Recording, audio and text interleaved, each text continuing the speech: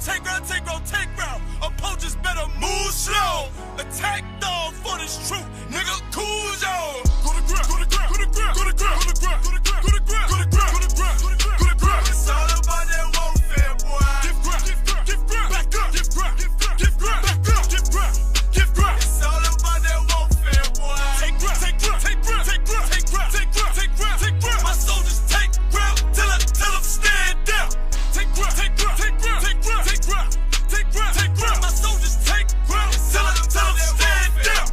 Oh, thought you could cross us with no consequence, but you will pay dearly. You should've used your common sense. My zeal lit, that means you could never prevail. Hey, where the truth sit, hey, where warriors dwell. Be wise with them weapons, cause I promise. My nine just like my wife, she concealed, she modest. I know two things, a robber will not prosper. And any man harm me and my octave gon' meet the doctor. Cause this life is warfare, it's not an easy walk.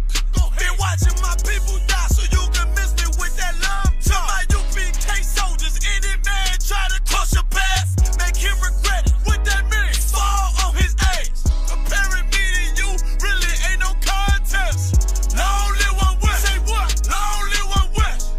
This for those who thinking we ain't ready for.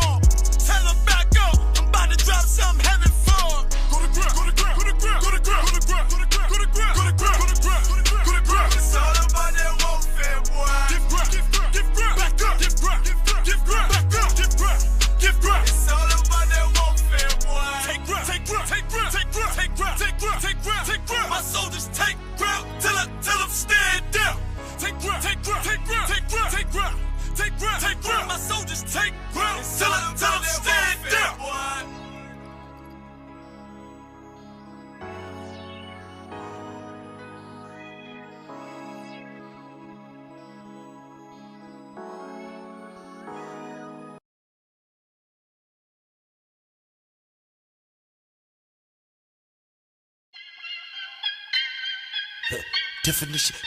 Definition of a soldier. Hey man, what's happening, man? Y'all know what time it is, man. Captain Capaz, what's happening? Spirit of Phineas on this motherfucker. What's happening, man? Definition of a soldier, militant minded, violent, silent, sleeping giant, iron, titan.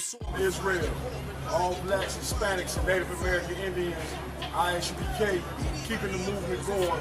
We got a banging weekend coming. Fire weekend coming, July 25th to the 28th. Street niggas to reach niggas from street corners. We see to kick off that fire weekend, we got the official 12 tribe breakdown lecture hosted, you understand, and ran by my man himself, Captain Katazar of New York, right. World famous, cross the line. Everybody knows. Let me tell you something. The only real Jews on the planet are the black, Hispanic, and Native Indians. Ain't no white man ever gonna be a Jew. If you ain't here, shit, you ain't nowhere, man. Y'all know what time it is. 125th Ward West, Harlem, since 1969. Chicago's fire weekend, man. July 25th through 28th. They're gonna have a hell of a weekend. Jam-packed. Amazing events. First, you got Captain Katazar's lecture. You're gonna have camp. We have the barbecue, the Bantu Festival. Man, it's gonna be a hell of a time, man. The General's gonna be in town, Captain's gonna be in town, and it's in Chicago, man. Listen, come out, have a good time with us. We're gonna do it big, man. Shalom. It's gonna be camp. We're gonna have a fire camp. Man and GEN.YAHANNA, all the Midwest heavy hitters. The white man ain't nothing but the devil the Bible speaks of. Hey man, Captain Phineas, what's happening, man? Y'all know what time it is, man. Captain Capaz, Spirit of Phineas on this motherfucker. What's happening, man? Definition of a soldier. Fold them, fuck them, focus, choke them, smoke. Come out July 25th through the 28th to the Midwest Fire Weekend, man. We're gonna have brotherhood, sisterhood, barbecue, everything you can think of. It's gonna be a family. What's going on, Israel?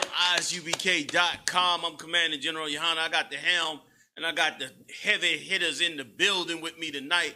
General Mohammed, General Mayat, give it up. Got the man himself, Sock G, Captain Soccer War, back behind the helm.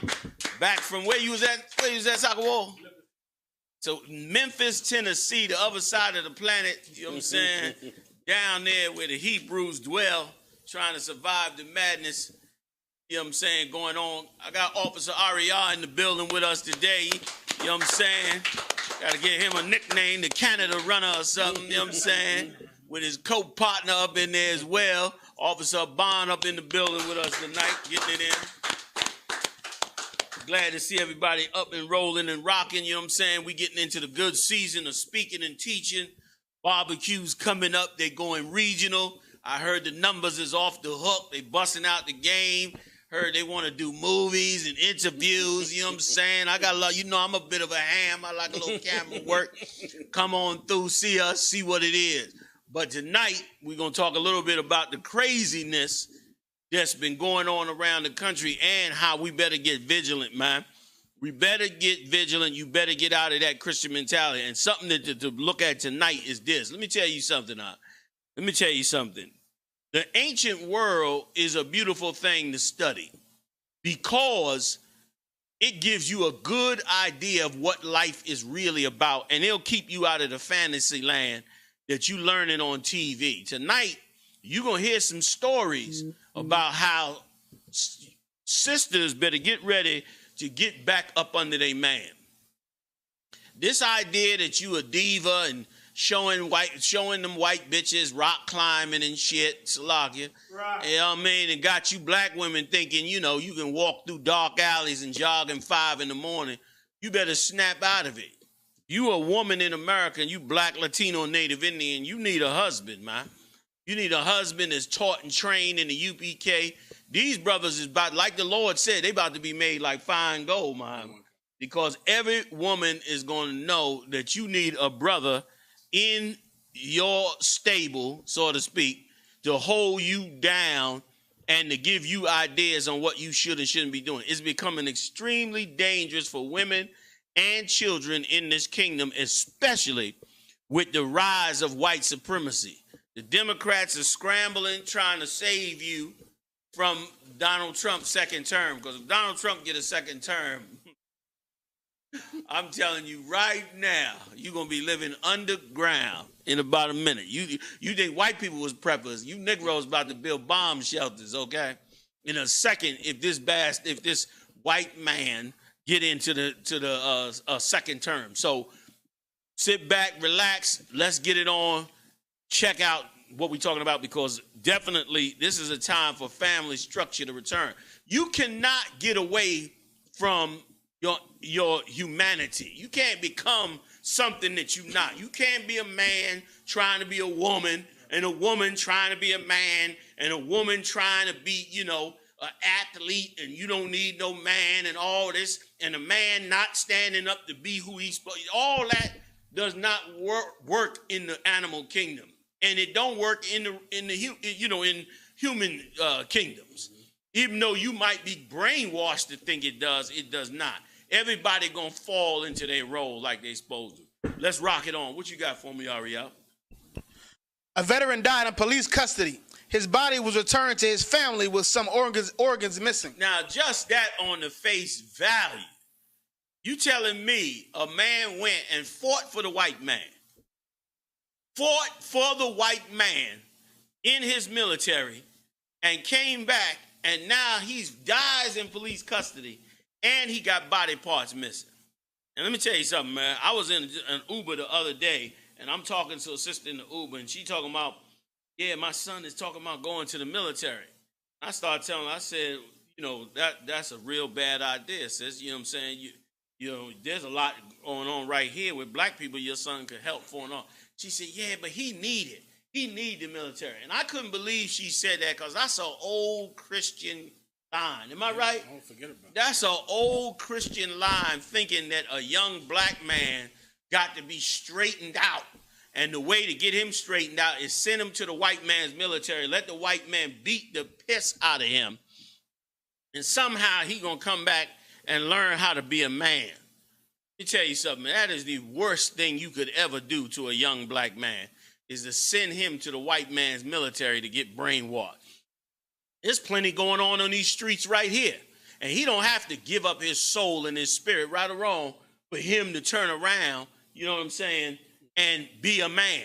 Maybe if you let the men of God who know how to raise men up get hold of him and raise him up, then maybe that brother will be something. Maybe if you come in here and let these brothers that you see all over these tapes, all over these camps, teaching these classes, teaching on these streets, really raise your son up, then maybe he'd be useful to you. But this brother went in the military. He come back.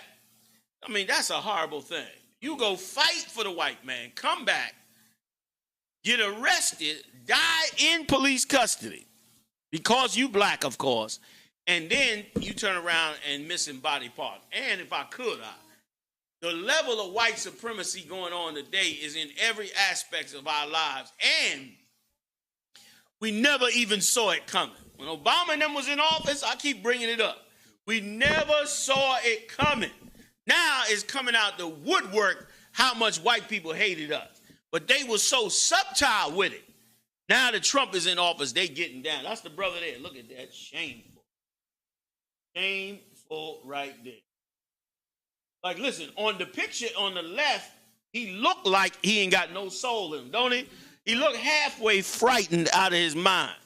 The one on the right, he getting his beard, he trying to come into his own, trying to be himself, end up dead in police custody. You think the white man respect you because you've been in his military? Clean up the streets, man, and you won't want to never go to the military. You know why? Because you'll say, why would I go to the military when my black neighborhood is so beautiful?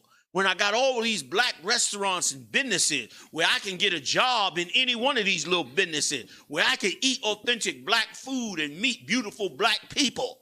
You understand? Where rules and regulations among black people are always kept, where I can come out to the Black Car Festival, the Black Clothing Festival, the Black Music Festival, and enjoy myself with peace and safety.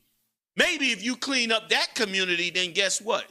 A white man tell you about putting on some boots and going to the other side of the world, to the desert, you understand, to fight some heathen that ain't never done nothing to you but sell you bad chicken. And you now going to turn around and go over there. You'll be looking at a white man like, what are you talking about? That's what rich white people do. Did not Donald Trump defer from going to the military? 4 times. 4 damn times. Bush did the thing too. Bush did. His daddy went, but he went in there on some old flaky thing, right, halfway. He went to the Coast Guard. Went to the Coast Guard. Imagine that. Went to the Coast Guard. You understand? So that's the missing link that you missing, man. You understand? You belong to a nation and an identity. And like all animals in the wild, the animals that don't protect themselves get eaten alive. And right now, you and your people, you being eaten alive because all the other animals in the jungle know that you are an easy prey, man. But you would not be an easy prey if you were strong, if you had your own economics, your own belief system, if you found your own identity back and stood on your own identity. That's why I love being a Hebrew Israelite. I love it because, one, it's the truth, straight up. But I love it also because you can't get in if you ain't us. You know what I'm saying? That's the part I like the most. You know what I'm saying? Because the problem is everything else we do, tell me I'm lying, somebody, y'all chime in anytime y'all want, somebody trying to get in. This one can't nobody get in. Let me stick to the story. Let's get back to this brother. Found with no body parts. Give me some more, Ariel, please. 2 days before he died, Everett Palmer Jr. called his brother, Dwayne, to tell him he was on his way from Delaware to New York to visit him and their sick mother. Damn. Their mother's sick. He on his way to go meet him and get up with his brother and see about their mother. And what happened? But first he said he wanted to resolve an outstanding DUI warrant for an incident in 2016. Trying to straighten out the DUI before he get up there to see his people. Go ahead. to make sure his to make sure his license was valid to drive to see his family. Right. Wanted to go straighten his paperwork out, because of course they always rolling on you. Go ahead. The phone call was the last time the family would hear from the 41-year-old U.S. Army veteran and father of two. On April 9th, 2018, 2 days later, the family was told that Palmer had died in police custody at the York County prison. And York County, Pennsylvania is known for its racism. That's the birthplace of Harley Davidson. And they racist as hell. Brother, let me tell you something, Mark. York, PA was filled. I know I'm familiar with York, PA. York, PA was filled with Latinos. The reason York, PA was filled with Latinos because outside of York, PA is nothing but farmland. And they known out there for growing mushrooms. Them mushrooms you eating all over the country, tons of them come out of York, PA. They known for growing mushrooms. And if you know anything about growing mushrooms, they're very difficult to grow. They got to be grown indoors most of the time. And it smells like hell. It smells like a dead man when you go out there. It smells like rotten corpses out there when you... And so them I.S.U.P.K who working out there, of course, making their money off of pennies, saving their money, building their money up, start moving into the city, getting apartments, buying houses, getting them row houses, and filled York, PA up. When Donald Trump got into office, they emptied York, PA. I mean, you go down there, it's halfway a ghost town now because they deported all the I.S.U.P.K out of there, man. White people down there screaming mad over the fact that they can't grow their crops. That's why Donald Trump paying welfare checks to farmers.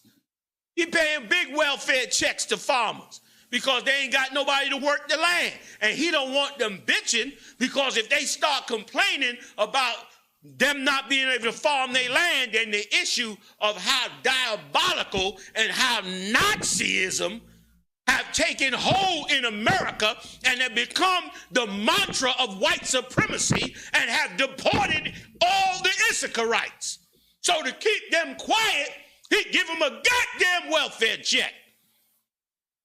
Meanwhile, complaining to you that you begging for a welfare check while they getting a welfare check. You better stop looking at the Democrats to save you, man. You better get your identity back and have Christ save you. That's who got to deliver you out of this place, man. Not no damn Democrat. When you gonna put your faith in the God of Israel, man? And do something. So lock you. So that's what you're going on in York, PA. Go ahead, Al. Is that it on? Go ahead. It's a little more. 14 months later, the Palmers say they still don't know what really happened. But they are suspicious because when Palmer's body was returned to them, his throat, heart, and brain were missing. Damn. This entire case smacks of a cover-up. Salagia. Civil rights attorney Lee Merritt told CNN by phone. You see that? Like, this is hell. You tell me we ain't living in hell? You go and fight in the U.S. military for the white man. You come back for a DUI on your license because you was probably drunk from the horror that you seen them white boys doing over there in Afghanistan. So you drinking to try to anesthetize yourself from all the raping and killing and murdering and dismemberment and poisoning that they doing over there and been doing for 15, whatever, how long this war been going. You go into court and try to do the right citizen thing and get it straightened out. They find your body later on with body, your throat, brain, and heart missing. You don't need Christ. You need to go to church, huh? You need to go to church. That's what you think. You dumb and stupid as you could be, man. This is a horror story. And a horror story that can happen to any black man. Go ahead, Doc. That's it? Go ahead. Tell me where you're going. Psalm chapter 106 and verse 38. And shed innocent blood, even the blood of their sons and of their daughters. Go to verse above it. Verse 37. Yea, they sacrificed their sons and their daughters unto devils. Right. We sacrificing our sons and daughters on the devils. You might as well be in the witchcraft, man, if you sending your child to the military. And meanwhile, the government is sitting there being run. First of all, hold up. I just thought about this. How in the hell anybody send their kid to the military with Donald Trump at the helm? With a damn reality show TV star and casino owner running the military. Failed casino, Salakia. And failed casino owner running the damn military, man. That is insane. And once again, you better find a way to forgive Black, Latino, and Native Indian people and start to love them. Because it ain't nothing for white people to give white farmers a welfare check while hating you. And now Donald Trump is the same one that proposed that you take a drug test before you get a welfare check. Am I right? I don't know. He need to check them farmers. See if you need to check them goats and make sure them goats ain't getting raped up in there. And all that. What's the, you know what I'm saying? Where the animal rights people down there? Goats is catching hell. Being violated on a daily basis. What you think they doing sitting around waiting on that government check now? Do something for yourself. Do something for your identity, man. Find out who you are. Snap out of it, man.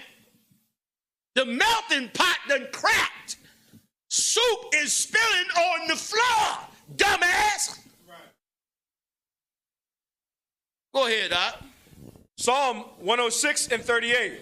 And shed innocent blood. You hear that? Shed innocent blood. Go ahead. Even the blood of their sons. You end up dead with no body parts for a DUI. For a DUI. Go ahead, Doc. And of their daughters. And you give your sons and daughters over to the military. I turn on HLN every morning. Every morning, HLN got some stupid nigga on there. Hi, we just want to say hi to Betty. So Betty's a colonel and so-and-so and such and such. We want to say, Betty, we want to thank you for your service and for what you've done. This your family back home in Hicksville, Louisiana, in dumbass town. And we just want to tell you thank you with your dumb, stupid behind. Why don't you gather yourselves together, man, and why don't you clean up Black America? Don't tell me you can't do it. I'm doing it in an I.S.U.P.K. right now. And if I could, it's such a beautiful thing to see the opposite side of a destroyed Black man or Black woman. If you could take that destroyed Black man and see what he becomes when he wakes up to the truth, you would be on board. If you was not such a ruthless, thoughtless, careless, callous beast in your spirit in that church, you would turn around and you would love what you see when you pull them out. Come on, Jerome. I'm trying to get you started. I'm trying to start y'all up. I'm trying to get y'all started. I thought I saw him move. I saw him. Usually he falls back before he pulled the trigger. He dropped back on me sometimes. I know he coming. You know what I mean? I preempted him this time. You understand? What the hell is wrong with you, man? Hit these streets, man, and clean up Black America, man, and join the I.S.U.P.K, man. Latino America and all that, man. You played a hell of a clip, man, of Captain Katazar, captain in the I.S.U.P.K. That's a badass dude right there. Captain Katazar, okay, of the tribe of Ephraim, done hit them damn streets in racist town Boston up and went to war regardless of what nobody think. Called him a white boy, all that. He said, damn that. And I know if he know what I know, which I know he do know, that it don't matter because what he sees that he have produced out of these brothers that's Black and Latino brother and Native Indian coming out these jungles They are the most amazing and loyal brothers you ever met. Damn right. You understand? They the most loyal, down, real, you understand, brothers you ever met. It is by no accident that the world that the white man built, these brothers and sisters cannot function in. It's not no accident. You Christians can function in it because you're a bunch of evil bastards. Right. Straight up. That's why you can function in it. They can't function in it because they just can't submit themselves to the evil that you have set forth and the injustice and white supremacy that you've shoved down their throat. But when you see them wake up and come back to the Lord and become brand new, it's a whole nother ball game. I don't want to jump ahead. I'm on one story, killing the time. Go ahead. You done on that? You got more? Come more. Go ahead. Whom they sacrificed. I think it's good to go. Next one. Let's go to the next story. Where you going next, Ariel? Candace Owens blasted for saying Central Park 5 were guilty. Let me tell you something. This is the reason why let me tell you something. This is the reason why brothers and sisters get destroyed. Because it's your responsibility to have compassion on your own. And the problem is all your compassion goes to your slave master. Come on with it, y'all. The Netflix film When They See Us has shed light on how the justice system can fail black people in America.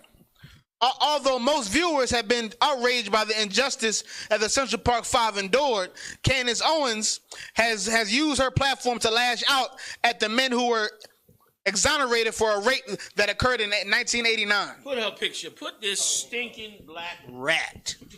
Put this stinking... You probably get next to her funky ass and smell something that you think come from Mars. It stinks so bad. This is a disgusting, cheesy rat. First of all, she probably only sleeps with white men. She thinks she's beautiful. She's a disgusting piece of garbage. This here right here, let me tell you something. The scriptures say there are vessels of honor and dishonor in every house. This filthy rag right here in the kingdom of heaven, she'll be the one cleaning the subway tracks. She'll be the one mopping the subway toilets in the kingdom of heaven because she is a filthy, disgusting pig. First of all, they were found innocent after being convicted, man. They was found innocent and had to be released. And you want us to follow the justice system.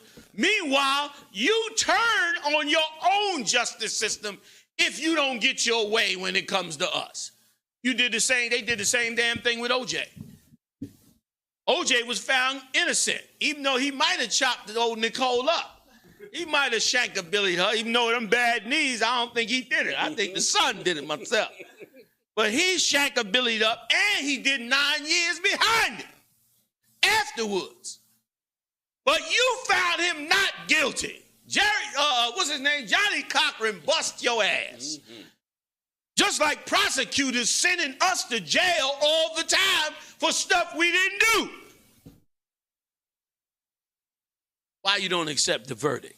Instead, she gonna come out, that piece of garbage is gonna come out. You got her statement where she says it on video? If you can. If not, don't even sweat it. But like she comes out and comes against them. All the black men in jail, millions in jail, all the black men every year being released. You don't hear about white boys every year. Mr. Finkelstein was found innocent. Do you hear that every damn other day? But in America, every other day they releasing some brother after 40 years, 20 years out of some prison. They act like DNA was the greatest thing in detective work until it started getting all these brothers off. Then now they mad. Now they don't want it introduced because it's getting so many brothers free. After all that injustice, you that adamant about the 5? You that set on them being guilty? Donald Trump took out a full-page ad terrorizing everybody about the fear of black men. And meanwhile, when they was found innocent, that piece of garbage never retracted or apologized. He stood on it and said they were still guilty. And and named them all kind of derogatory names. And you going to be a traitor to your own, where you can't even see how they could possibly be innocent when in a court of law. You know what it takes to get a black man's conviction reversed? It's damn near an act of God. It damn near take an act of the Lord before they reverse the goddamn conviction. Does the state up to a lawsuit? Exactly. They do not want so to. Right. Go ahead, General. Please. Salaki. They don't even want to reverse it because of the cost of them lawsuits. Let alone 5. All 5 get free. And this piece of garbage right here said, what, Aria? What did she say? What did this piece of dirt say? Owens decided to share her thoughts on why she believes the film was created for political reasons. How foolish do you have to be to believe that a Central Park 5 case is suddenly being unearthed and glamorized because people care about justice? Owens tweeted, "Wake up, Black America. Millions of dollars are being spent to emotionally manipulate us ahead of an election cycle." And let me tell you something. Let me tell you something about this piece of dog meat. Who gives a damn that it's for get us emotional for an election cycle? First of all, whoever the hell you vote for, Democrat or Republican, ain't gonna change a damn thing in Black America. It never has, and it absolutely never will. Right. Number one. So let's get that off the table from the get-go. Number 2, so what? Donald Trump raising up more white supremacy in America than has ever been since the goddamn days of George Washington. So who cares if somebody gets together and uses a little propaganda of how evil they was? Wasn't nobody saying nothing when he took out the full-page ad in the New York Times, which cost him $100,000 just to degrade and propagandize them boys. God. Ain't nobody say nothing then. He sure didn't apologize for it. So what? Somebody make a movie and demonize him before an election. He demonized them. He used his wealth and power to abuse them, man. In the hell you gonna learn to love black people, man? Make me sick. You make me sick. If y'all ever see this stinking ass broad come near me, tell me first so I can walk the other direction. I ain't away from this nasty piece of garbage. I don't want to call her what I really want to call her. I ain't going to do it on the tape. I cut the tape. She's disgusting and horrible. And I pray she wake up. Y'all good? If I could. There's another story.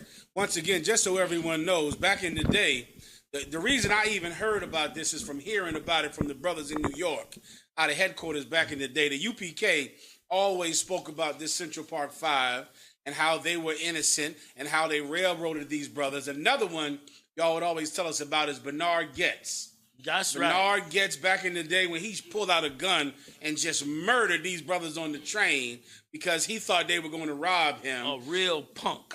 And the UPK was always against it, always talking about it. If you want to research another very similar story, Bernard Goetz should be next. That cat murdered, and the UPK was always talking about this Central Park 5 and Bernard Goetz murdering those brothers on that train. And at that time, once again, because of rich men like Donald Trump, who would promote the myth that black men were dangerous, you could kill them on sight. You could arrest them on sight. You didn't need any proof that they did anything. They were black, and it made white people feel safe if they were in prison. And Donald Trump was one of the main people to propagate that lie. And so many black people got murdered from suspicion that they were going to rob you on a train, and they were in prison because they looked like the people that might want to have sex with white women. That's right. You're right. And so for those that may not know, Bernard Goetz was riding on a subway. And 2 brothers came into the car he was in and was laughing and joking and supposedly said something to a white girl on the train. As they walked down the train car, Bernard Goetz pulled out a .38, shot both of the brothers, paralyzed one, man, for the rest of his life. They arrested Bernard Goetz. Now, in New York City, brother, you get caught with an illegal handgun in New York City, you getting 5 years off the bat. And if it's loaded, you getting 3 more, okay? So it's an 8-year bid. You get caught with a gun in New York illegally, they don't give a damn if it was in your car and you coming from another state and it was by mistake or anything. You get off of I-95 to get gas and got a handgun in your car in New York City and get pulled over, you getting a nickel. You gonna get a nickel off the gate. And listen, and it's a standard nickel, meaning it ain't no negotiation. It's a 5 years off the gate. That's how serious they are about them going. Mandatory nickel off the gate. You going straight to Attica, okay, to do a bid. 5 years. You're going to spend 8 months down at processing on Rikers Island. The end of the 8 months, you going upstate for 4 more. To finish your bid up there in the goddamn snowy ass mountains where it's cold as sin at. That's how New York's. That's the damn near. You might as well call it the gulag. That's how the hell they roll up there. This piece of garbage Bernard Goetz, the general bringing up, shoots these 2 brothers and goes to court and argues the case that he felt his life was in danger and that there was too much crime in New York City. They sent that piece of garbage home. They waived that 5-year standard conviction and sent him home. White people praised him to the roof. That's why black leaders are so evil. Because black people have the stigma of being criminals because you are starving to death in these cities. And you're starving to death because white people in other nations are preying on you.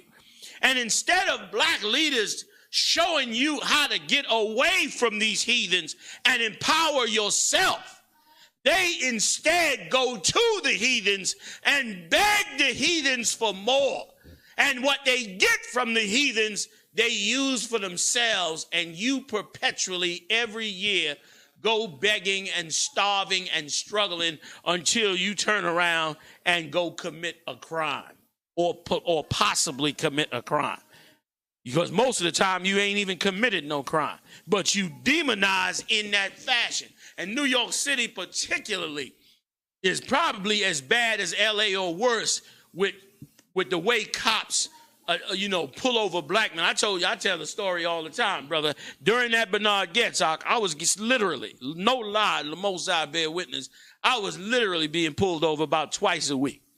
About twice, maybe 3 times a week. Sometimes be every day. I come out the house, car, totally legal, everything. I jump in the car, brother. All they do is see my young face. I pass any patrol car. Boop! They pulling me over, always pulling me out the car. Whoever's in it, forget if I got 2 or 3 friends in it. I'm getting pulled over almost like routine. You understand? All the time. That's how New York City rolled back then. And there was no internet. There was no cameras around. Was no cell phones. Was nothing. Cops pull you over. You standing on some street. It's you, the cop, his patrol car, and the camera in his patrol car. That's it.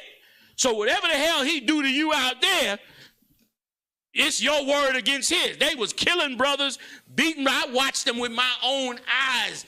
Beat brothers half to death. Maim brother. Ton of brothers you see walking around, they half bugged out, their head. You wondering what the hell happened to them, or do they got a mental illness or something? Tons of them brothers out done been beat up and maimed by cops, and you never even hear about it. I watched them halfway beat one of my friends out to death in front of me. Okay, we pulling him over. Boop. He take off and not stop. They go after him. When he do stop, they beat him nearly to the end of his life. I watched them almost one time kill my brother. My own brother, he riding on a motorcycle, got a beautiful woman on the back. 2 white cops just see him. He just riding by on the main avenue. We in the car riding behind. He ain't speeding or nothing. He ain't speeding because he just put the girl on the back. He don't want to frighten her. They pull out. They don't pull him over. They pull out and try to hit him with the damn car. And then he pull over on the side. They jump out the car in a rage, like, get off the bike, get off the bike. In a full out rage. And this cat ain't did nothing. We get out the car, we all standing like, look at this animal right here. To where in your mind, you're like, wait a minute, we got to do something about this here. And then, of course, they ready to murder you. White people are the devil, man. And they cops is animals, man. Okay, on black men. And this kind of thing is not supposed to happen. And that piece of garbage right there, anybody that see the interrogation tapes afterwards or when they discussed it with them brothers afterwards, you could tell they sitting in them precincts, them cops, they 15 years old. You could damn near tell a 15-year-old anything if he don't know better. He's scared to death. You lying to him, this the way he gonna go home. He gotta confess to this. He don't know no better. You destroyed all their fathers in the 60s with dope. They growing up with their mothers. Here you drag them into some police station, they'll say anything. You beating up and terrorizing their friends all day long. So now that they inside the precinct in a room with no windows, what the hell you think they gonna say? They'll say whatever the hell you tell them to say. For fear of it. They'll do it in front of their mothers. And that's the kind of fear black men should not be under and would not be under if you had any decent black leadership and Latino leadership. They would not be under that.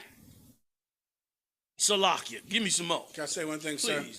sir? And the Central Park 5 is another case where if those poor brothers knew that the white man was the devil that the Bible speaks of, it could have saved their lives. Yeah, that's right. The doctrine that we teach in the Israelite School of Universal Practical Knowledge is so universal. It's so practical. Everyone could use it. Those boys that day went through something that so many black people go through. When you encounter white people, you believe that there is mercy to be had by white people. You believe as they're handcuffing you, you think you could say the right thing to the cop to make him take off the handcuffs. You think, well, officer, listen, I wasn't just there. It wasn't that. If I could just explain this to you. You think you could say the right sentence, say the right words, phrase it in the right way, and that cop will let you go. So even though he says you have the right to remain silent, you are not remaining silent because you want to say the thing that will let him let you out the cop car. And you think it exists. You think there is a phrase. You think if I could just explain this, if he just understood really what was happening, he would take the cuffs off me and he would let me go. And so you're searching for it. And then you're back at the police station and you're still thinking of a way to go home. What can I say to him? What can I do? What can I say to you to make you give me mercy? And you try and you try. Then you say, you know what? I'll just confess to it. Because then he'll let me go home because he told me. I got to give him what he wants. If I give him what he wants, he'll give me what I want and I want to go home. When if these brothers would come into the truth, do their 90 days in all black, get their Hebrew name, become officers, and put their hands to the plow in this school,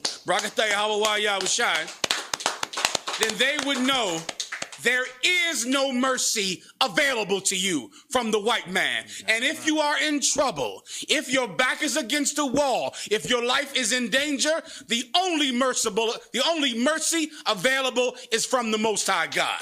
The white man doesn't have mercy to give you. So now as you're getting arrested, you shut your mouth to a white man and you pray.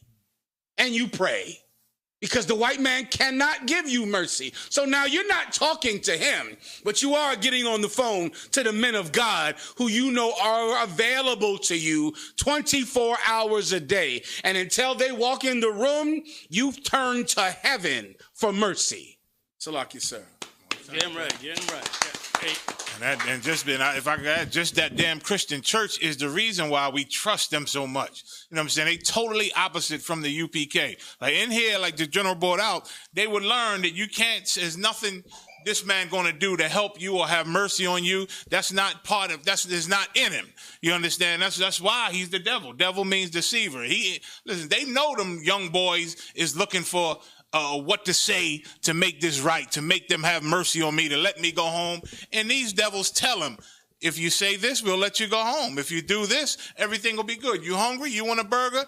And they lie. And we believe, because of the Christian church, that this authority figure, this police, meant to serve us and protect us, he ain't gonna lie to me. You know, he in here, he on his job. He can't lie to me. So if he say, if I say this, we going home, we full out believe it, once again, because of the church. Make us trust these people that hate us and want us dead, basically, bottom line. And the white man is the devil that the Bible speaks of. So and we can't believe this devil, I'm telling you. If I could add one more to y'all, because y'all got me up and inspired. And here's the thing. When you be talking all that, Mr. White Man, like General Muhammad brought out, let me just explain. And he looks at that not as you really explain it. He looks at that as you just being slick. You just trying to get out of the trouble you got caught in. He ain't paying it no mind. And here's the other thing that I don't understand for the life of me. You should love the ISUPK for this reason. When you fall into the hands of the white man, the one you want the most is somebody that hates the white man to come and help you. Instead, you going to some preacher who loves the white man and who going to help the white man wipe you the hell out. You should love the brothers that will go to Moab because they understand how evil the white man is. You should want to get on the phone with some brothers that say, what? The white man got you locked up? All right, brother, we on it. We going to take care of this, that. Even if you think they doing it just because they hate the white man too, at least you going to get some help. At least you going to get some zeal. God. Call up your preacher and he swear you did it. Well, what did you do, Billy? What did you do to get the officer so upset? Haven't you learned about how to conduct yourself? And preachers make me sick. They love to charge the people and make themselves innocent. Well, they don't listen. Black people need more God in their life. Now, black people need to get rid of you and find God. That's what the hell they need to do. So, Salakia. Can I say one last thing? Maya, go ahead, just what y'all always bring out. In the preacher's mind, you guilty because you're in the precinct. Because you're in here. You guilty in his mind already. Exactly. So he trying to make you just submit. Be a good boy. Just tell him you did it and be okay and get this over with. Go ahead. If I could, let me just give you one last bit of help that a preacher will never give you. Frazier v. Cupp. Now, Frazier v. Cupp is a United States Supreme Court case where a U.S. Marine was accused of murdering someone. And the cops went into the interrogation room and lied to him. Told him they had evidence they did not have. Told him people confessed and said he did it, that they didn't. And then, of course, the guy confessed to it. And then his lawyer said, listen, the cops lied to him. And they got this confession based on a lie. It went all the way to the Supreme Court, and the Supreme Court affirmed that a cop can lie to you to get a confession. And so cops can lie to you. It is not illegal. It's Frazier v. Cupp in 1969. And what they're doing is absolutely legal. So once again, you can't find mercy from them. They're going to lie. They're going to say all kinds of things in that room, and they're trained to do it. They're trained to go in there and lie to you, say anything they can to you. A lawyer can't lie, but a cop can absolutely lie, and their rights to lie was affirmed in the Supreme Court. And if I could just add one more, Salakia, again, to what you're saying, because it's so heavy. In that, and at one time back then, he had to go to court to fight for them lying, because really, they were beating people up then. Like, interrogation back then wasn't a conversation. Interrogation was hitting you with a phone book. Rubber hose. Or rubber hose. Or beating you with a damn club. That was the interrogation was what you see in the Martin Luther King film. Them dogs running on you, them getting beat the hell up. Well, they were doing that all day in the precinct. That's why they had no problem doing it out there on the street to black men. Okay? And meanwhile, them brothers and sisters following Martin Luther King got all that abuse trying to join the white man. That's why we having the same abuse 50 years later, because we went and tried to join them. And we should be separating them and charging them for what they did.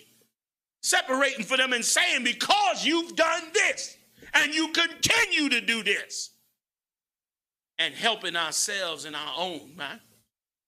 That's what the hell we should be doing. So, Lockie, you want to add some more? That's it. Let's go on. Where we going from there, Ariel? Oh, yeah, please. Let's get that.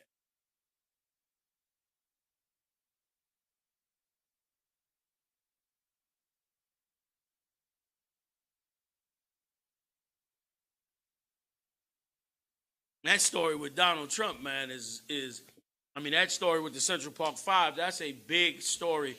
Because if you lived back then, especially in New York like I did, you lived back then in New York City, it was the most frightening time, one of the most frightening times for you to be a young black man. I thank the Lord I was in the truth. Because being a young black man back then, it was frightening to walk the streets. After that, them cops was trying to kill every black man they could for that Central Park. And every day, this is the part they don't show you. Every day on the news, they was talking about this white girl because she was a stockbroker down in Wall Street making big money. A little petite white girl lawyer who was down in Wall Street making a ton of cash, jogging in the park. And some Ephraimite buster in the head, them cops went crazy. So while the Central Park Five was locked up and the story was going on, them cops all over the city was terrorizing black men. Everywhere you went, they was terrorizing black men. And again, you could be anywhere. Wasn't no cameras on the street corners. Wasn't no camera cell phones. Wasn't no internet. Wasn't nothing. You get off some train stop in anywhere, and the cop is sitting there at the booth. You getting off the train, he want to call you over, question you about whatever. There wasn't nothing you could do, or no way you could turn around and really get away from it. He could do what he want. He lock you up, say what he want. You wouldn't have no proof. You didn't have no leg to stand on with them animals, man. And they would go off every chance they got. You understand? And here's the thing. Like they said in the Stanford experiment. In the Stanford experiment, they took prisoners. They took two sets of students, made one set prisoners and one set guards. And they let them loose in a fake prison. The guards started abusing the hell out of the prisoners because that's human nature. If you don't have people that take care of themselves and watch over themselves, then they become like the prisoners in the prison guard. Only difference is it's out in society. What you don't realize is you live in the Stanford experiment in America.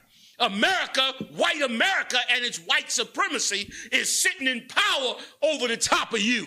And you, being without power, are being victimized by them. And the more power they have, the more they victimize you. And the more they victimize you, the more they seek other ways to victimize you. You live in the Stanford experiment every day in this empire. Which is why you got to call on Christ. Why you got to have Christ bring this all to an end. And he ain't going to do it unless you turn back to the Lord. He ain't going to do it unless you start to take up the law, statutes, and commandments. Unless you find out what the Bible is talking about. Unless you discover that everybody in the Bible are black people. Right. Latino people and Native Indian people. Till you discover and find that out, he ain't going to never return to fix you, man. Go ahead, Hakim. Video shows man waving gun at boy. Witnesses after alleged kidnapping in Louisville. A man is facing several charges after police say he kidnapped a 13-year-old boy from a grocery store. To show you how comfortable the heathen are. You ain't seen these animals yet, man. You think just the white man hates you? What black man that have his own store that suspect a child of stealing would run out in the parking lot with a gun and by gunpoint bring the child back into the store because he think that you stole something? Like these bastards here should have to go back to Korea because they got no business. They should be sitting around their dinner table with their children and their family, speaking that language they speaking. I don't know what we're going to do. No money, nigga, don't buy no more egg roll. Why you will have to go back? I want that. They should build a wall. They should build, come on, General. They should build a wall. Should build a wall around the ghetto. China, I know welcome here. They should, I mean, like you right. Send their ass back out of our damn neighborhood, man. And we got to care for ourselves. And you disgusting Christians, you are blocking the help that black people need. Give me some more of it if you could, y'all. An arrest report says Fabo Chin, 58, went to the Kroger on 27th and Broadway in the Parkland neighborhood on Tuesday and took a young teen against his will. Sean Jenkins had just come out of Kroger and said he was loading groceries into his car when he saw what was happening. Whoa, so this wasn't even a kid he thought was stealing. God damn. He went and just saw him at the grocery store and put the gun to him. Go ahead. The man grabbed him and by the arm and pulled a gun out and then told him, no, you be still. You be still. It's like, Ariel, you doing the Chinese voice too. Ariel was trying to avoid it. Listen, the story's so horrific, Ariel had to go into the jail. Are you still a stealer? Go ahead, Ariel. Go on, rock it out. And I said, hey, get that gun off of him, Jenkins said. I'm like, keep the gun off of me, man. Keep it off the kid. Jenkins told the police Chin held the gun to the boy's head as he walked him through the parking lot. Imagine that. Wait, give me some more, because I'm trying to see what the motivation behind this was. Police said Chin then forced the juvenile to Double Dragon restaurant, which Chin said he owns. When he arrived, a big crowd formed and multiple people tried getting Chin to release the juvenile, police said. That's it on the story. See, he was just straight up kidnapping him. Probably trying to put him in slave labor or something. Probably sell him to pay his bills. He probably ain't making no money in that gook spot. Figure he'd sell a little black kid and get some money. Who knows? Don't think that these people is all nice and sweet and wonderful, man. And thank God black people stood up for the kid. Because you would have probably never seen that child again. Go ahead and play the video, Sakawa, please. What?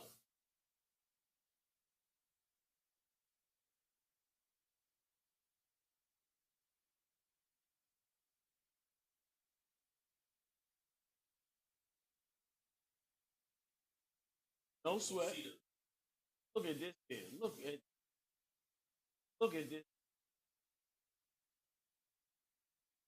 That's the brother coming behind him like, yo, man, what is you doing? That brother there had some heart. Look at this animal.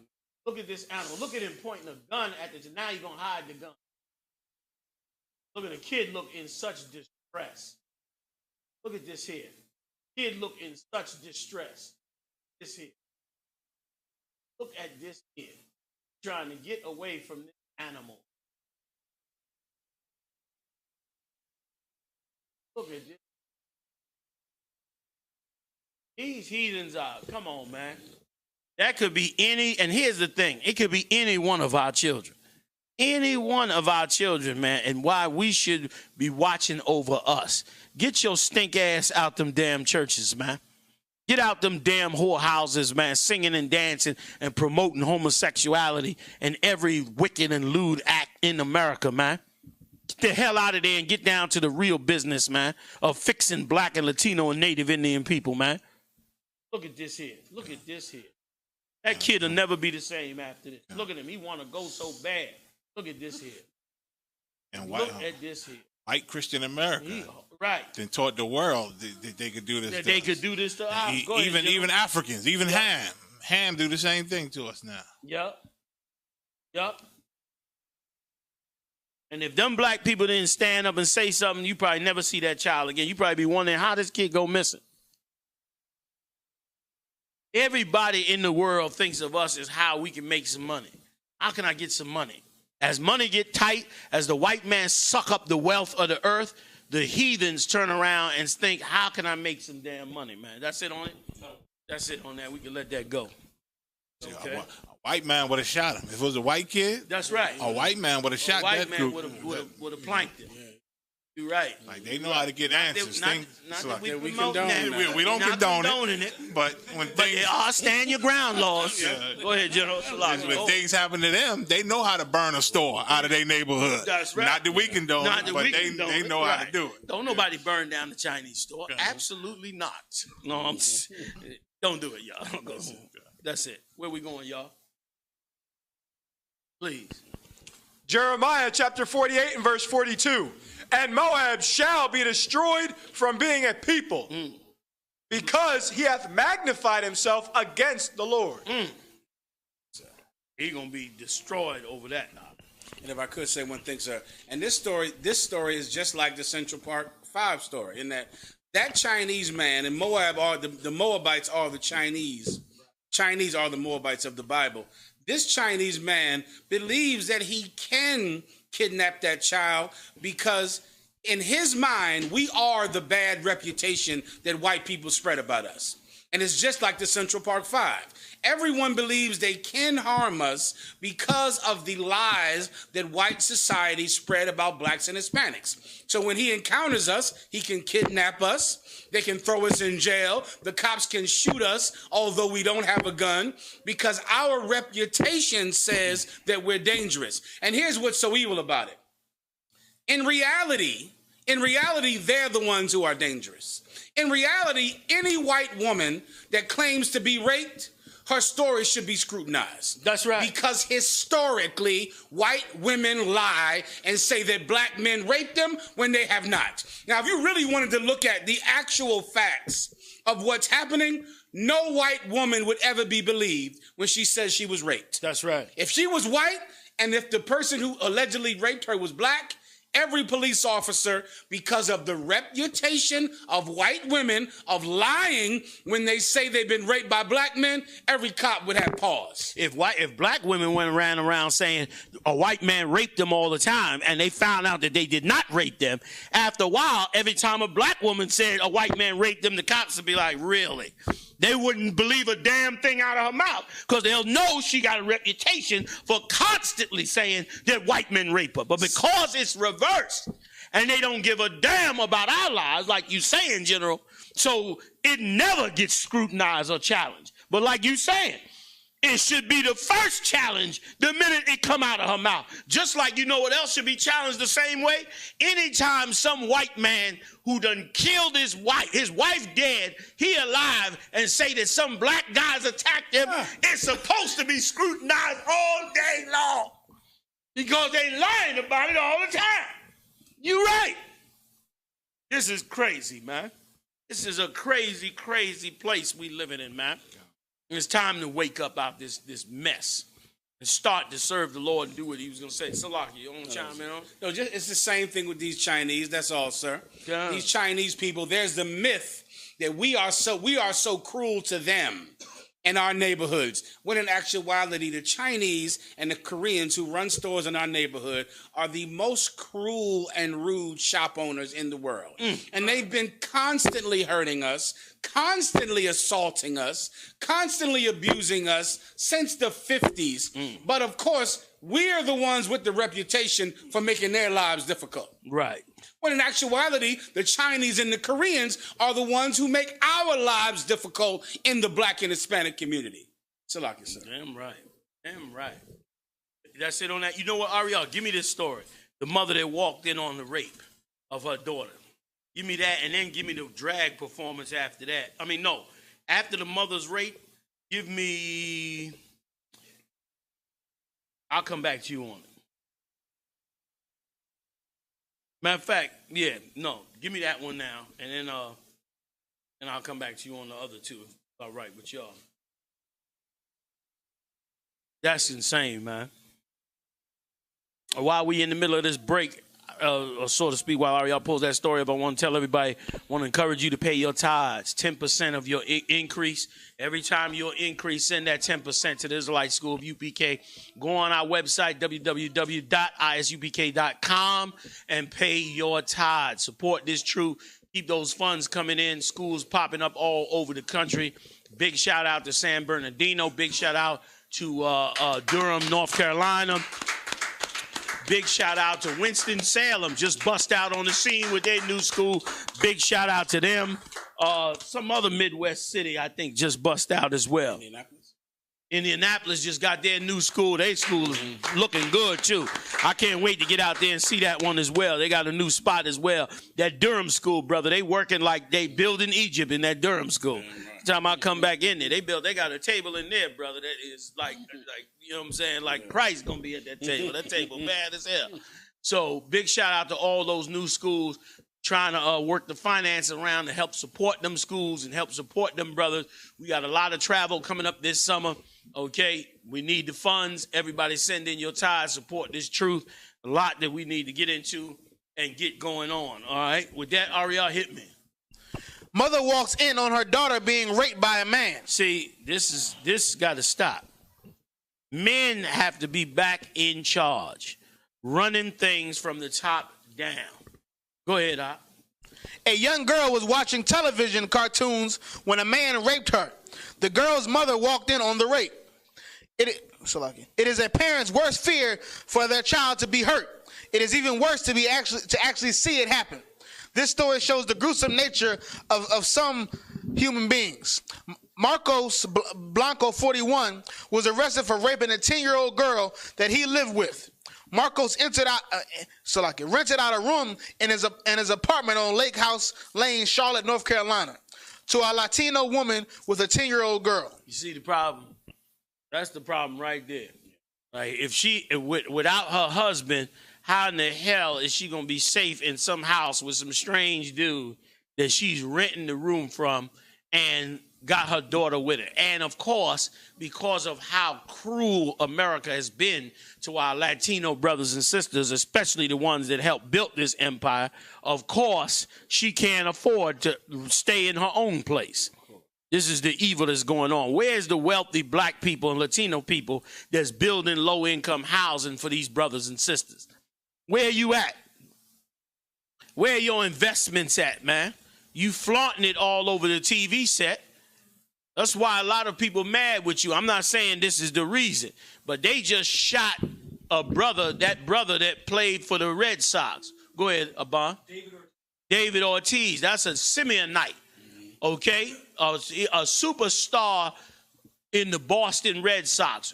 Spoke up about after the Boston bombing, re-encouraged white people to be, up on top, blah, blah, blah. Now, I don't know what this brother does or have done, but I hope this brother have been pouring his money into helping his own, because what they did to him down there was a horrific thing. They shot him in the back while he was sitting in some kind of nightclub with a reporter who was interviewing him.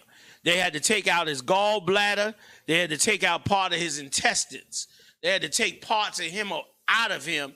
And, of course, the fear of infection and everything is on the table. And now they just flew him back to Boston.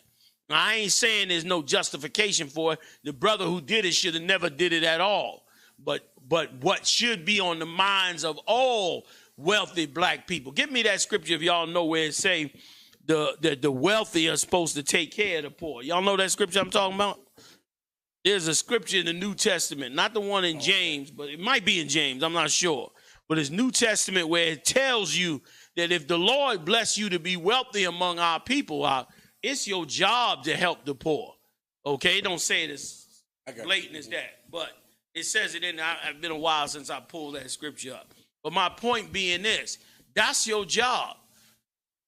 Why is you investing in Wall Street when Wall Street crash every 10 goddamn years and steal everybody's damn money? You understand? Why you ain't doing that? Why you ain't taking your homies from the hood and empowering them to be landlords, empowering them to be supermarket owners, empowering them to be car dealers, empowering them to have independent utility companies so you can stop being robbed to death by the white man? Why aren't you doing these things, man? Why aren't your millions being seen down in the hood? You invested in this and y'all out buying, trying to look fly, trying to buy ball teams. You spending millions and millions of dollars so you can be part owner right or wrong, of some baseball team or some basketball team, you mad and you at every game, you mad at the game and mad at the other team and all that silly nonsense while people starving and dying right from where you came from. What is wrong with you, man? Your mind is not right. You listening to the white man's BS. Invest in your own people, man. Invest in your own people and watch what the Lord will do for you. Okay? That's how you handle that. You know what I'm saying? I saw a video not too long ago where they showed that rapper Drake, where he walked in a supermarket just on the humbug on his own. Walked in a supermarket in a poor-ass neighborhood. And all these black women is online with their kids with a shopping cart full of groceries, trying to get their groceries. And he went in there and paid for everybody's groceries. He said, well, damn. All them sisters came through there. He paid all that. He said, like, nah, I got it. They going through the line like, oh, my God. They should see that from black men. That's what black women need to see. Black families need to see. Black brothers need to see. They need to see that. That stops a Negro from going to sell dope. That makes him say, maybe I better do the right thing myself. That's how you stop that. You better figure out what it means to love your own and to get back to your own.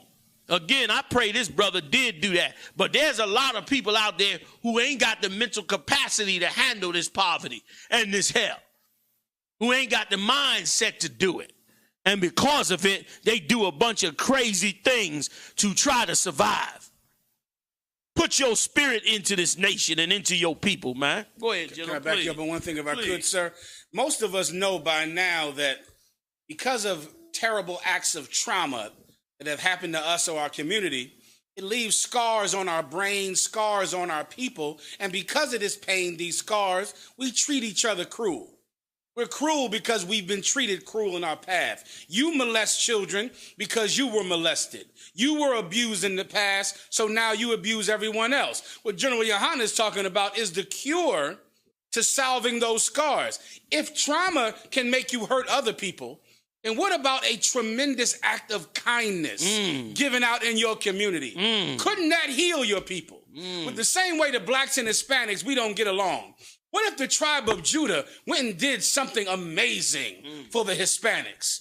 Went and cleared up all of their immigration problems?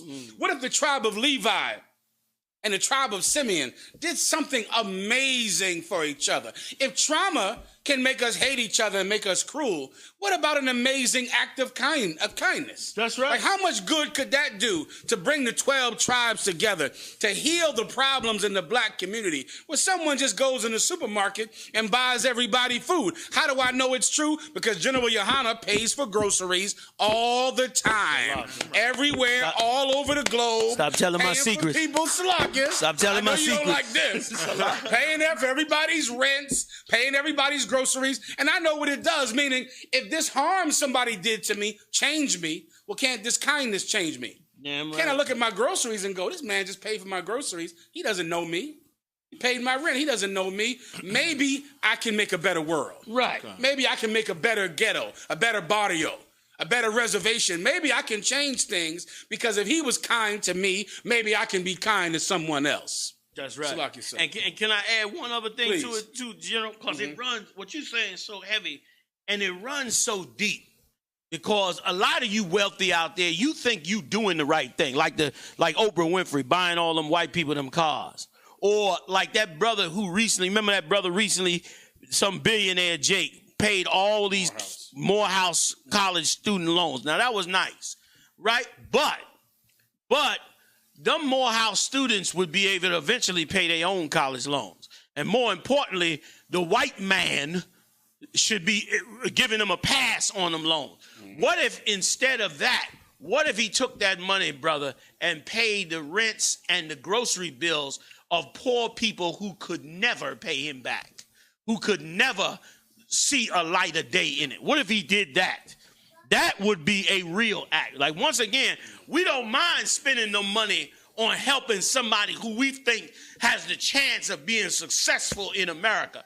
Why don't we spend some money on the ones who normally would not be successful. Let me tell you something now. The Lord can raise our nation up so that, yes, there are people in our nation that's highly dysfunctional. They got mental illness. They got issues. They can't go to work every day. We meet them all the time. So the nation should take care of them. So what General Muhammad is saying is so damn true. What if we change their lives also? That's you claiming to serve Christ. You claiming you are serving of Yahawashi. What about that, man? What if we add that to our repertoire? You so right, General. Give it up, General Muhammad. Sound correct. And that's of course. I know they don't know this, sir, but that's what you're for. Salam. Because for the future doctors of this world, there's somebody to help you. Yeah, if you go get a high enough score on the SATs, they'll pay for your college. That's right. You ain't paying for college. You get a high enough score on that SAT test. That's right. There is somebody that is going to give you grants and pay for scholarships, but that poor crackhead, that sister begging, the UPK is who she has to turn to. That's right. There's no one else to help her. There's no one else to help that brother on drugs, that brother living on the streets. The rich of this world and the future rich, they'll always have help. But the poor of this world only have God. That's right. Salaki, sir. That's right. And need him desperately, like you saying. Yeah, I'm right. Where we going, Ariel? Yeah, please. Just real quick. And so to go back to what we were saying, women today, get your head right and go get you a decent, righteous man in the truth. That's your best commodity right now is that. Your best commodity. You want to invest in something, you want this and you want that and you want this, you better invest in a Hebrew. Because it's going to pay dividends for you for many, many, many years to come. In many ways. Go ahead, Ariel. The 10-year-old girl was innocently watching cartoons when Marcos came to her and told her to walk with him into the bedroom. Go ahead, Ariel. Not expecting any malicious intentions. I think Ariel might have found it. I mean, Hazayan. Hazayan gave it to you? Come here, bro. Come on. Go ahead, Ariel. Not expecting any malicious intentions, the girl came with Marcos. The girl's mother was doing laundry in the apartment when she heard a scream. She then walked into the room where the scream was heard and opened the door to find Marcos on the bed moving up and down with his pants down. Imagine that. Like he's supposed to be put to death according to the scriptures. You know what I mean? If not for Yahawashi, his head would have been put in a basket. And show you how a woman needs a husband because you women make a lot of silly moves. Muhammad used to call you Lucille Ball, and that was the right description. You do a lot of silly stuff. Now you going to do the laundry. You don't want the headache of this kid running around and aggravating you and asking you for money to put into the candy machine. So you leave him up in the room. Leave her up in the room about to be raped. What's she doing in the room over there? And you down here doing laundry. You have to have that child up under you out because this is an evil, wicked, disgusting place. You understand? And you supposed to have her with you right up under her. Go ahead. You got more on it, or that's it? Okay. You got me? Hit me with this scripture, and then we going from there, Ariel. I want you to go from there and get me the drag performance at the school talent show. And then after that, I want to go see about this crop top shirt. Let's see what the hell this is. But go ahead, Bun, read that for me. Ecclesiasticus chapter 29 and verse 9. Okay. Help the poor for the commandment's sake, and turn him not away because of his poverty. That's right. Don't turn him away because of his poverty. The Lord said, help him, man. Help him. But don't turn him away because of his poverty. You got more? Verse 10. Lose thy money for thy brother and thy friend. Damn. That's old school right there. Lose thy money. You know what I mean? If you're going to loan some money or give away some money, listen, don't do it thinking you're going to get it back. You giving it away, give it away. You ain't getting it back. Forget about it. Give it and help yours even if you lose it. Guess what? You ain't really lost it. The Most High going to give it back to you 100-fold like you ain't never seen before. Go ahead. And let it not rust under a stone to be lost.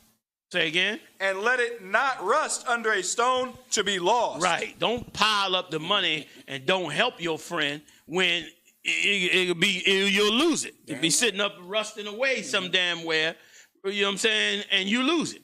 Go ahead. Lay up thy treasure according to the commandments of the Most High. Come. And it shall bring thee more profit than gold. Shut up thy alms in thy storehouses, and it shall deliver thee from all affliction. Right. It'll deliver you from all affliction in that right time. But you sitting up there making millions out there, and you ain't focused. And it should be tons of them acts, like you brought out earlier. Because the more those acts come out, guess what? The more other celebrities look at it and be like, damn, we should be doing the same thing. We should be doing the same thing. Instead, here's what most celebrities do. They go make some preacher rich. They'll send him a check every month, and him and his faggot boyfriend will buy them a Rolls Royce and a jet, and they'll be jet setting to all the places in the world where all the rest of the rich homosexuals go party and have a good time at. Meanwhile, the people in the church suffering will continue to damn suffer. Okay? Will continue to suffer. Let me read this right quick. James 1:9, New Testament. Let the brother of low degree rejoice in that he is exalted, but the rich in that he is made low, because as the flower of the grass, he shall pass away. Meaning you supposed to rejoice that you done spent your money on yours. You done spent your money on your poor people, and you supposed to rejoice. You came in with some cash, you supposed to rejoice. MC Hammer should be rejoicing. He gave all his people his money. He went a little overboard. He hammered himself on the hell out of the whole set. But he should still rejoice that he looked out for his people, as he should have. Go ahead. So that I think that was it on that. We can move on. Let's go on and get this whole sodomite madness going on straightened out. Elementary kids get special surprise drag performance at school talent show. Parents of students at a public elementary school in East Harlem went to see their kids at a talent show last week and got a full-on drag performance. Mom Raquel Morales couldn't believe her eyes as she watched the erotic dance with her 10-year-old son. An erotic dance of homosexuality. Go ahead. Even as I'm recording, I'm like, this must be deja vu. I'm dreaming. This is not happening in a school assembly. This can't be, Morales said. The performer in drag was none other than the president of the PTA PS 96. The president of the damn PTA, he could not wait to be a nasty drag queen. He the president of the PTA. First of all, how did he become president of the PTA? Being a big, I'll tell you why. Stupid, simple Christian black women. They sitting in there in the meetings with him, see he's a damn homosexual, laughing and giggling with this man, and of course put him in charge of everything. Okay? Go ahead, Al. Video shot by Morales shows him twirling and gyrating to a song by 80s Puerto Rican performer Iris Chacon. Iris Chacon. That's a female singer, am I right? I believe so. Jesus Christ. Go ahead. That was it on that? Y'all want to chime in?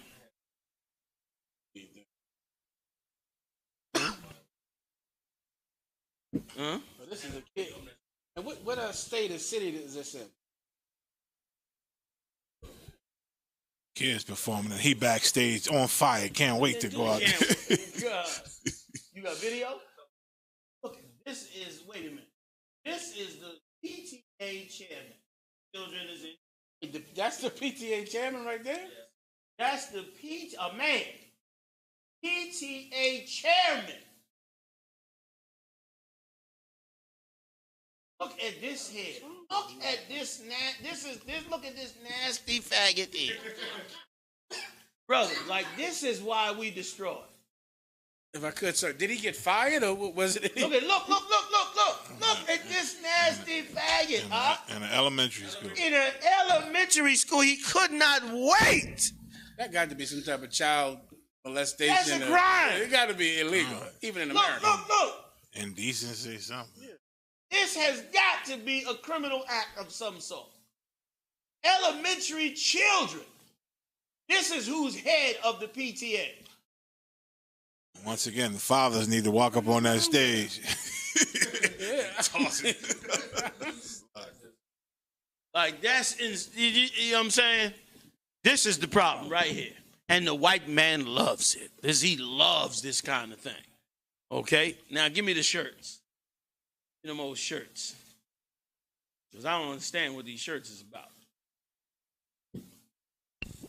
Crop tops for men are a thing now, and we're not sure how to feel. They're gonna help you to feel right. Go ahead. People are all worked up over ASO's collection of barely there t-shirts for men. Whether you like them or not, crop tops are once again a summer staple, and now men are getting getting in on the belly-bearing action. Savvy social media users recently pointed out that ASOS is selling a wide assortment of crops and tube tops for men, and well, people aren't really sure how to feel. Sparking a flood of commentary about whether or not the so-called Moab tubes are really going to take off. Hey, this is the now change the dress code about home. Is that one of those rappers? And really, all this is just men wearing women clothes. But now, instead of them just out and out calling them drag queens, they're going to now label it like it's a man's garment. When it's obvious these are women's garments, but they're going to label it like it's a man's garment so they can make it look like it's supposed to be normal. They are monsters, man. Want to say something, General? No, that was it. God. We moving on? Okay, that was it. If you want to. We all know that. Do y'all know this is wrong? Just to confirm. Muhammad ever the teacher. We got precepts just in case somebody don't understand. This is wrong as hell.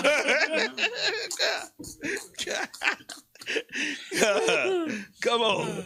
Let's take a break. How about that, y'all? We take a break, man, play a song, come back live in the UPK, y'all.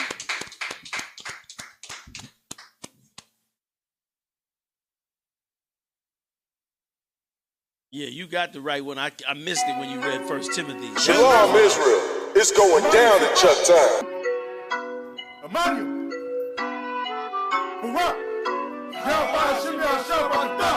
I.S.U.P.K. Southeast Region presents to you the Black Power Weekend. Here's the lineup. July 4th.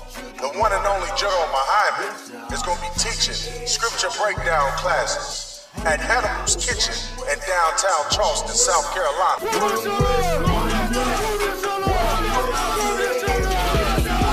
Let me say it one more time. The Black Power Weekend in Charleston, South Carolina, the weekend of July 4th through the 7th, it's going to be action-packed. I'm all about the truth, we are not the same. Friday, July 5th, the I.S.U.P.K. will be on 21 South Market Street in downtown Charleston, South Carolina, having a camp speaking in front of the slave market. Saturday, July the 6th, the I.S.U.P.K. will be hosting a cookout at Brittle Bank Park. Yeah, I said it, at Brittle Bank Park in Charleston, South Carolina. Come and get some food and some games and entertainment. Be there, man. Let me say it one more time. The Black Power Weekend in Charleston, South Carolina, the weekend of July 4th through the 7th, it's going to be action-packed. And last but not least, July the 7th, Sunday, the Kemet Killer himself, Captain Tazaryak, will be at Hannibal's Kitchen in Charleston, South Carolina, doing a powerful lecture called Surviving Christianity. You do not want to miss this, man. Book your flights, book your Airbnbs, book your hotels now. And if you have any questions, dial 803-297-1565. That's 803-297-1565. Shalom. Prophet of the Lord, gotta teach this people, exposing all the lies with the truth. Now they can see the evil. We the lost children of the Lord. Yashala, chopping heads off with my sword. Holy Bible, one west, one west, one west, one west, one west.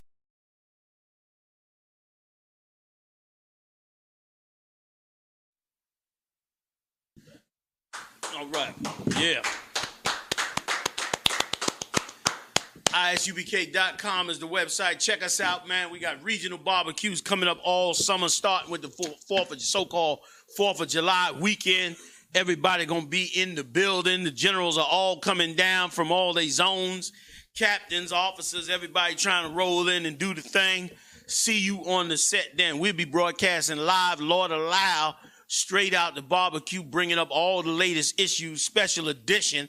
General Muhammad gonna tear it up like he always do, breaking down the questions that nobody can answer, okay, except in the ISUPK. Check that out.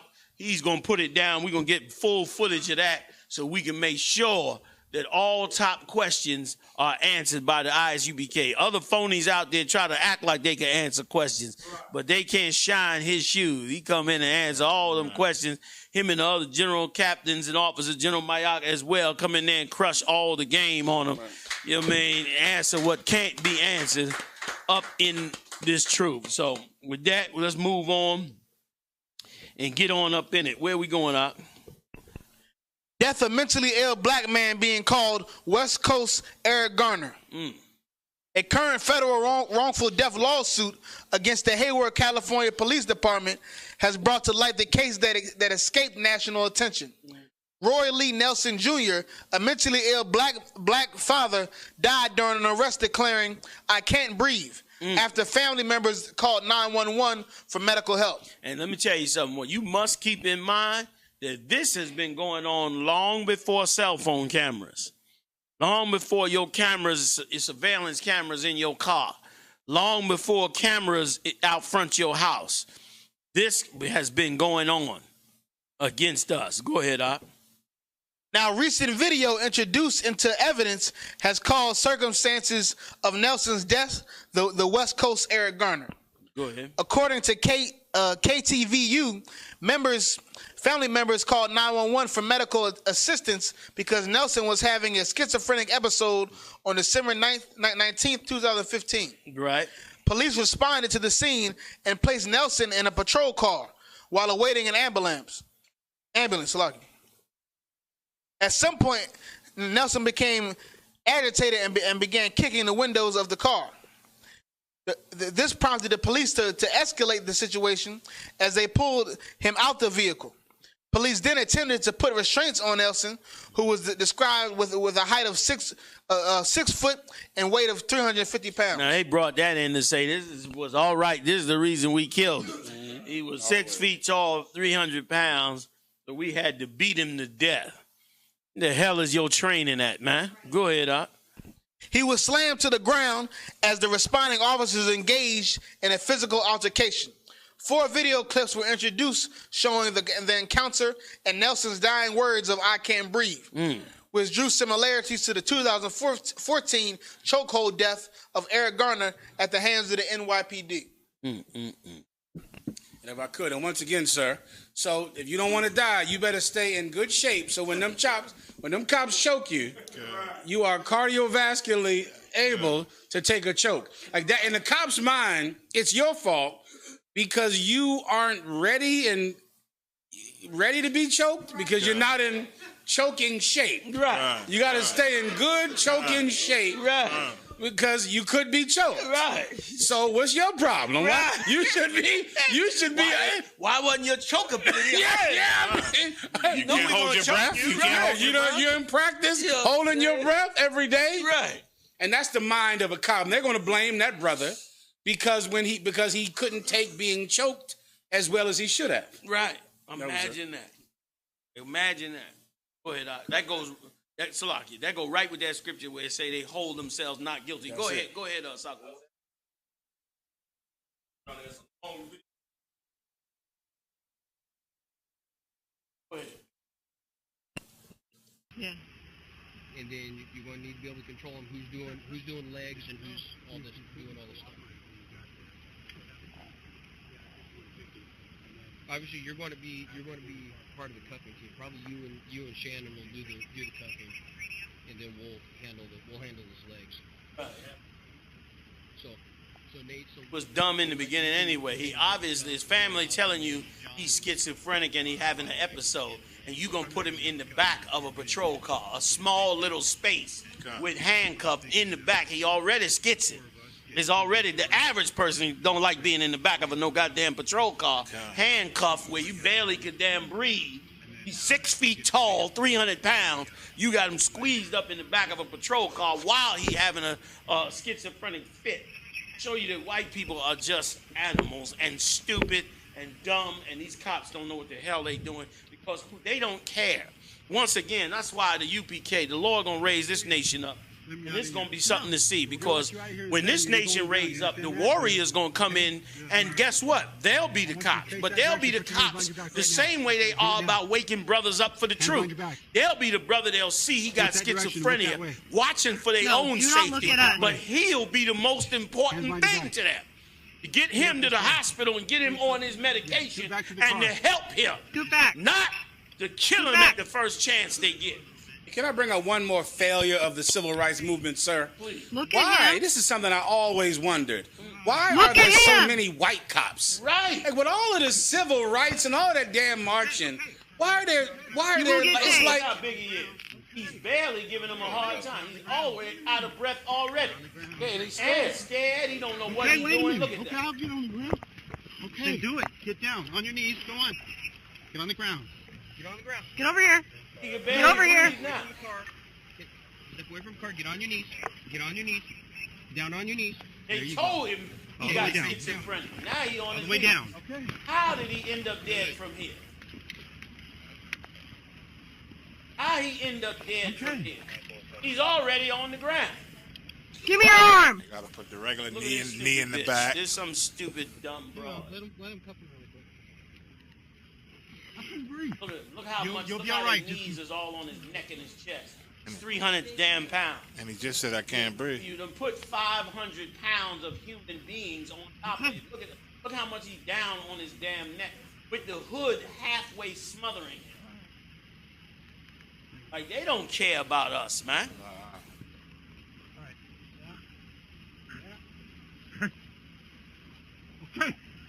Look, he's out of breath already. Look how much, his whole body and gear is on the man's back. He been and went to the ground.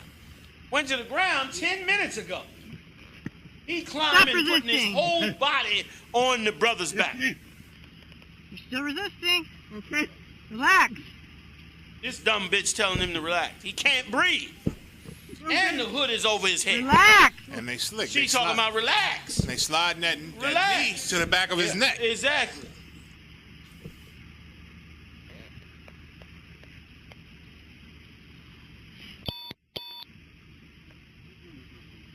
Listen, he already unconscious.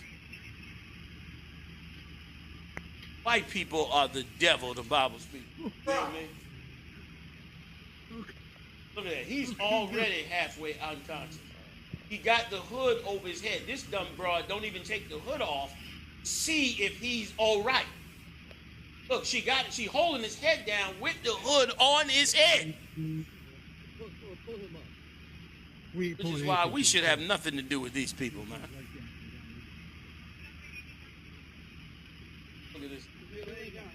You can stop it right there. It's like, well, we be watching this all night. We look at this, and we had to look at how this was, man. All them cops right there is supposed to be arrested. Every last one.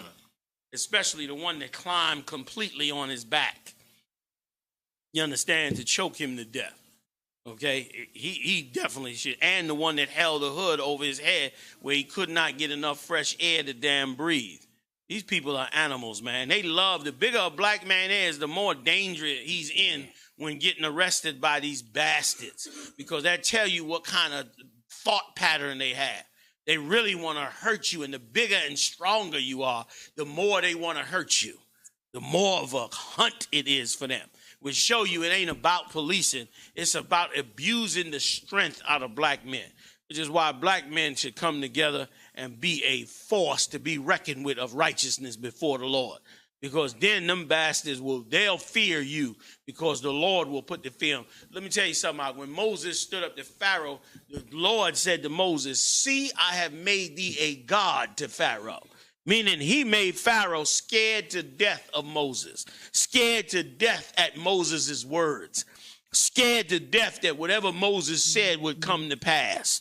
And you should be in fear of what the prophets will say, because the things we say come to pass. And if you came together under Christ, we would say things to the white man that would scare him to death. And he would back the hell up off of you, because the words would come from the Lord and the punishment would come from the Lord, and the white man would know it came from the Lord. You got to turn back to your power, which is Yahweh Bahasham Yahweh Shai. That's where your power lies at, man. Okay? Where we going with? That's it on that one? Where we going next, Ariel? Let's get that. And then let's get this Brazilian brother for the hell he catching as well, too. I'm going to shoot you, N-word. Staten Island teen dies fleeing white mob. Now, let me tell y'all, this is another classic New York City thing. Bensonhurst. What's the other one? Not Bensonhurst, but there's another. Howard Beach. Black men died going into other neighborhoods where white people was at as little as 30 years ago. As little as 30 years ago, black men, I was growing up there, black men was getting killed for going into certain other neighborhoods, man. Meanwhile, the black neighborhoods were being demonized as places you couldn't go. But meanwhile, when a black man went into one of their neighborhoods, they tried to murder him every chance they got. Go ahead, Doc. The New York Daily Times reports McKenzie was chased by a group of men who shouted, "I'm going to shoot you, nigger." Exhausted, McKenzie collapsed and died of an asthma attack in an open field. You see that? Running. Where at? Staten Island. Right in Staten Island. Understand? That's why I say echo of 1986 Howard Beach slam. Brother went out to Howard Beach to buy a car. He gets off the train, crosses the street. White people see him in the neighborhood and chased him to his death and beat him to his death. He just going to buy a car. Back in 86. I was there back then. Thank God. Once again, I thank the Lord for being in the truth, because I've seen those things going down. And that happened back then, and it was it was a horror on black men then, and this should be a horror on us as well. And it should motivate us to fix and raise and rise our brothers up out of this hell and return them back to Yahweh Shai to do the Lord's will. You was going to say something, General? That's it on that, Aria. Okay? Give me the next one. Give me the Brazilian brother if I could. We'll finish with him, Lord allow. I am an American, adopted by U.S. parents, deported to Brazil. Paul Fernando Schneider paces around a sparsely furnished room, swatting mosquitoes from his arms and neck as he wonders if today will be any different from all the others. The heavy, dense air in the city across the bay from Rio de Janeiro feels insufferable. Nothing like the dry heat of Phoenix, where the 36-year-old had been living when he was deported by the U.S. last year. Conversations are rare for Schneider, as he speaks no Portuguese, and few people here speak anything but Portuguese. But language is only one issue. The food and even the sports Brazilians follow, Schneider likes American football more than soccer. Don't feel right inside. Don't feel right inside his head. Every day is a fight against boredom, loneliness, and depression. I am anything but Brazilian. said Schneider, who was adopted from Brazil by a U.S. family 3 decades ago. 30 years ago. He's a baby. They take him out the country. He don't have no memory of the country at all. And Esau snatching. Now, he's adopted legally, brought to the United States, and Esau turned around and put him out the country and sent him back to Brazil, where he don't know a thing. And look at that. And they adopted a bunch of black kids to work their farm. That's what that was. That's all that is. That's all that is. Them black kids right there, I don't know if he better off now. Them black kids right there, you could tell right there. You see that long dress on her? That's some old Amish type slavery camp. Black people out there, they got to get the goats and all that. You can see they look like they halfway can't have no kids. They got a couple sitting up in there. I don't know if that's theirs. Them they got. All them kids they went and got from somewhere, put them in them blue clothes, worked them to death. Money in their damn pocket, man. These people are monsters, man. Parents probably the ones turned them into immigration. Exactly. Damn right. Damn. Probably got tired of him. Say he ain't like to work them as much as he used chasing to. Around that white girl. Damn. That's when they get rid of you. That's right. That's right. They call you in and get you up out of there after that. Damn. That's hell. So this is happening to them. And once again, what's to say they don't decide to do that to us? They could wake up tomorrow and decide to do that to us. While black people sitting around, we sleep. Better wake up. The Lord is the answer for us. That's our way out of this. Where we going next, Ariel? Ariel, get me that referee real quick before we go. Give me 1 minute on that referee, y'all, and we out of here. That referee, brother, once again, is a reminder of the one from Rutgers University and all the other ones, coaches and referees, who once again, what you don't realize is all black society is being turned on. The refs, the coaches, they cut that brother's hair. You understand? Remember? Yeah. You know what I mean? All of that, it's going to happen in every aspect of your life. You're going to see these white people express what's really in them. White people are animals. They have no love for anything. They don't even love their own. They hate their own families. But now they get to express what's been oppressed in them for what they can feel as forever. Since the civil rights movement, they've been oppressed with having to be halfway civil with you when really they just wanted to continue to be the vicious animals they've been. And now they're doing it. And here's another example of it. Go ahead, Ariel. Okay. Anybody got it? It's under boxes off. Oh, you got it? Go ahead, Ariel. Texas referee suspended after being caught repeatedly using N-word claims it's really not me to make them kind of statements. Right, meaning he didn't mean to make them statements, but, you know, in the excitement of the game. Nigger! Nigger! You're out, nigger! You're out of bounds, you dumb nigger! Like, that's what he really wants. Listen, I bet you every ref wish he could do that. Every ref wish he could do that. He feel bridle. He got to blow the whistle instead. He don't want to blow no damn whistle. He want to scream at you because he hates you. The Lord said he would hate you in the womb. He said when Jacob came out, Esau took hold of his foot. He wanted to be first so he could get the birthright, man. Go ahead. But he did. But even though he came out first, the birthright was always yours. Go ahead, Op. A Texas high school football referee has been suspended from the State Sports Officials Association and from refereeing for the season after he was caught on tape. For the season. For the season. He can come back next year. Next year, he'll find another word. He'll find a different kind of word that says the same thing. Go ahead. After he was caught on tape using racist language. Next year, he'll use eggplant. You stinking eggplant! He'll use that instead. Go ahead. Mike Atkinson was recorded by another member of the Texas Association of Sports Officials using the N-word.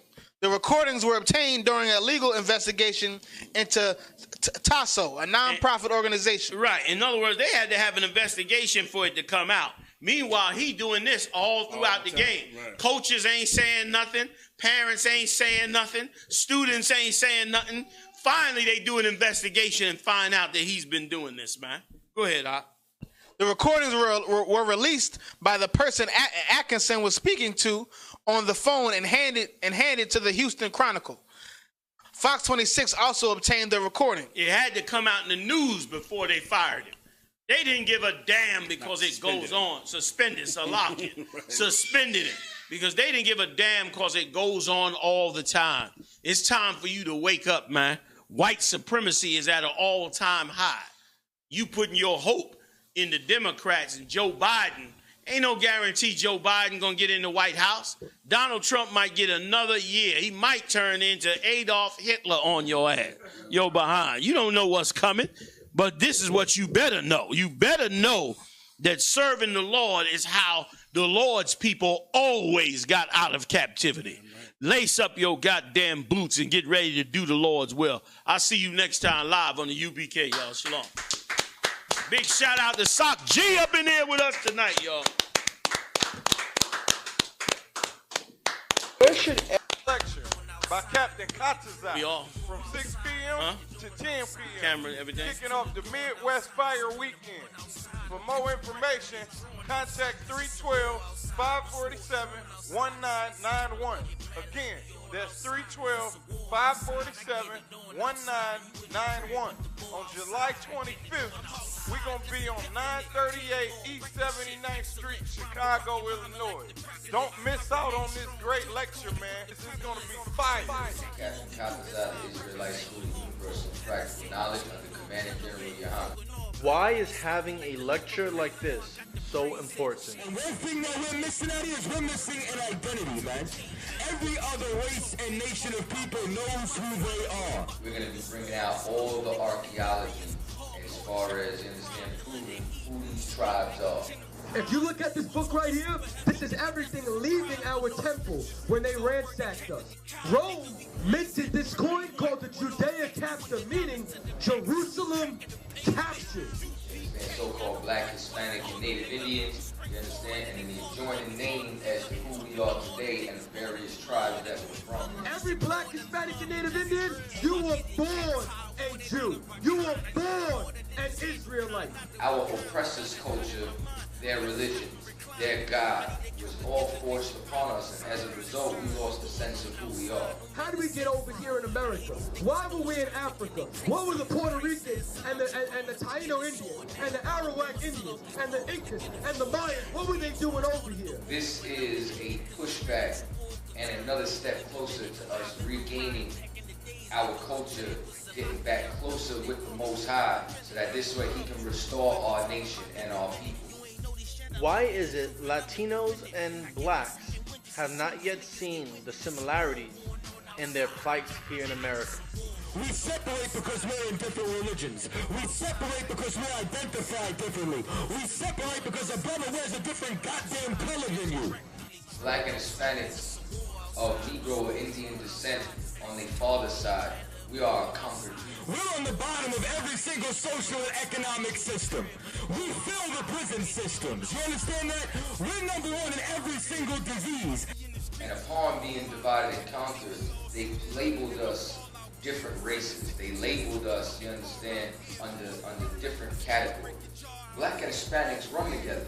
We do recognize that we are the same people and have the same flavor. We got to get back to that and realize that we have a common enemy and a common identity. This is what gets someone off of drugs. This is what heals your soul and cleans you up. What made me join the I.S.U.P.K is I was searching for a very long time. I started with different, I guess, so-called religions or spiritual systems. And the reason as to why I'm here is because the truth is here. Now, where should every Black, Hispanic, or Native American be on July 25th, 2019? Man, every single Black, Hispanic, and Native Indian should be making a damn pilgrimage to the Midwest. You understand? With the heavy hitters, Captain Mawquad, Captain DeVar, Officer Ra'im, you There's that Officer Lamakia Allah, all them heavy-hitting brothers, Salakia, if I missed y'all, Captain Kapash, you know what I'm saying? All these different brothers out in the Midwest that's raising up Black, Hispanic, and Native Indians. We should all be at that lecture at the Chicago school, you understand? I'd like to thank Captain Mawaquad for extending an invitation for me to come out there and be able to break down this information for our people, because it's so imperative that we wake up now more than ever. I get it on outside. You in the crib, but the boy outside. I get it on outside.